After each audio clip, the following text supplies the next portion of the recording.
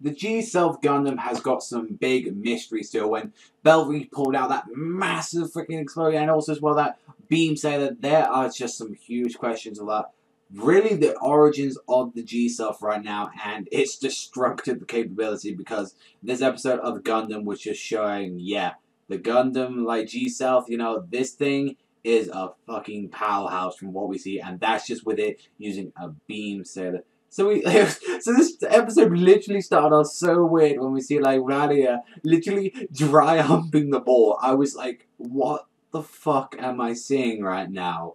I was there laughing my ass off. I just couldn't for the next 5 minutes just take anything serious, because I was like, I needed to comprehend what the fuck that was going on. It was just so weird, and it was just so stupid. I mean, it was just like crazy just to even see that. And we probably see from the capital side and all that, and see like, you know, they're trying to get Belri back and the others. You think like they're being kidnapped and all that by the pirates, and it was like, yeah, like sort of, but Belri kind of already gets along pretty well with like Ida and all them. So I wouldn't call it that much of a kidnapping, but you know, the pirates and the, you know, using their grimoires and all that, they're pretty freaking awesome as it is. I mean, I kind of like that in this series, that both the capital army and also the pirates as well, you know, the grimoires, like they're both coming from the right side. Like they both, like, I feel like both are like have their evils to them. Like I guess that's also with like the original series as well, like, you know, the Earth Federation Force, and also as well with the Zeon as well, since, you know,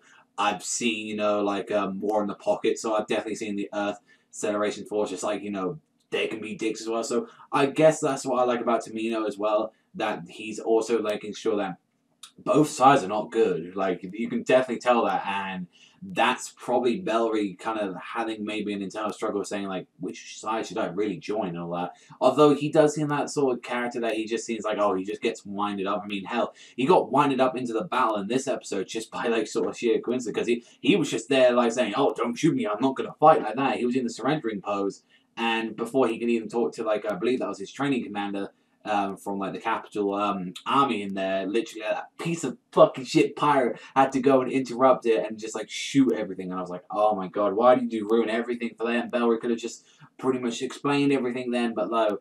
From what we see, like, he had to literally fight out and literally pull out that crazy power where it just like this big colourful fucking like energies just came out, and then also as well the beam saber, and it was just like, what is that power? Like, and another big question is, like, why is it only Belri, Ida, and also as well Radia? Like, are they the only ones to use like the G stuff? Like, why are they only ones to manipulate? And also as well, seeing like Ida, she's got her own sort of like Gundam right now. It's like a red version of it, and it's like, it looks pretty awesome like that. I like her one.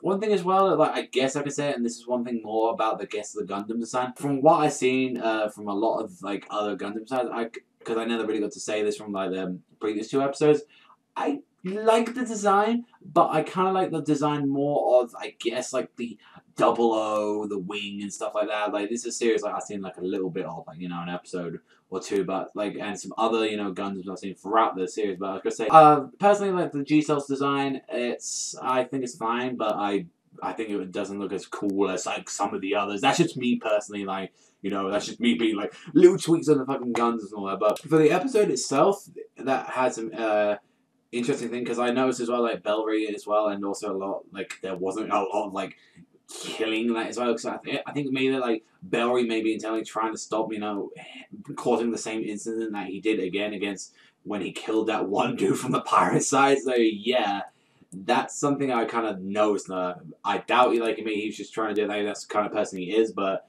who knows, maybe that really affected him when he, like, killed that guy. I mean, hell, it affected Ida. Just he literally incinerated the guy to a freaking like ashes, nothing left.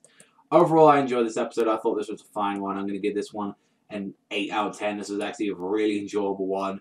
Definitely showing more from the pirate side, I feel, from this episode. But yeah, it was a pretty cool one. I really want to see where more Gundam Reconguista and G's going, since this is also, you know, straight after Universal Century, and for someone like me who isn't that well knowledgeable in the Universal Century, I kind of like to know that. And also, from you big Gundam fans, I like to know how you feel about this as well. But, you know, leave the comment section down below. It's always appreciated. But that's all for me. So thank you very much for watching as always. And I'll see you guys next time.